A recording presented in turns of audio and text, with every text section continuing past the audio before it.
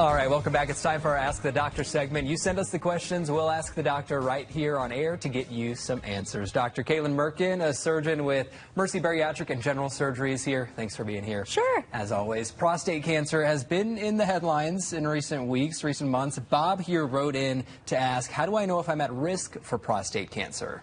All right, Bob, so if you are a man, you are at risk, okay? Out of American men, out of 100 of them, 13 will develop prostate cancer in their lifetime. 2 to 3 of those will eventually die of prostate cancer. Age is the biggest risk factor. The older you are, the greater your risk.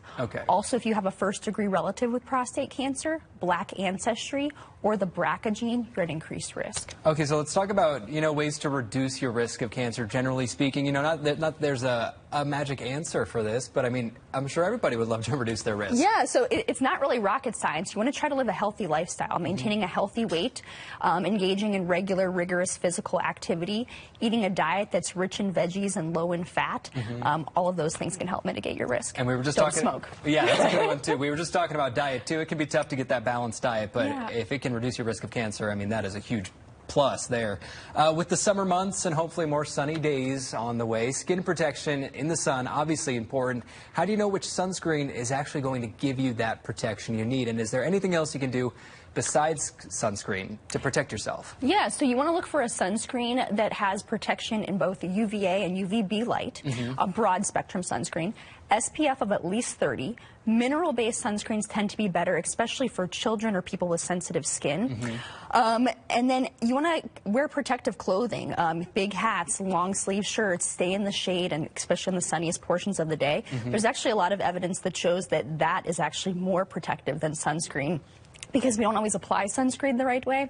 Just as a reminder, you want to put it on 15 minutes before you go out in the sun. You want to reapply it every 2 hours or whenever you go swimming or get sweaty. Yeah, I remember as a kid I would see adults wearing long sleeves out in the sun on a hot day. That's exactly why. That's why. Okay, last question here. Marie says, my baby has a big pink hemangioma on her neck. The doctor says probably not dangerous, but my family, they don't like how it looks and they say they want it removed.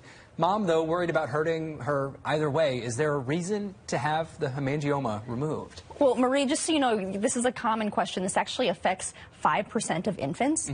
And so a hemangioma is not a scary thing. It's just a benign cluster of little blood vessels that kind of grew more than they should. Typically, there's a rapid progression over the first couple months of life, which can be alarming to family members.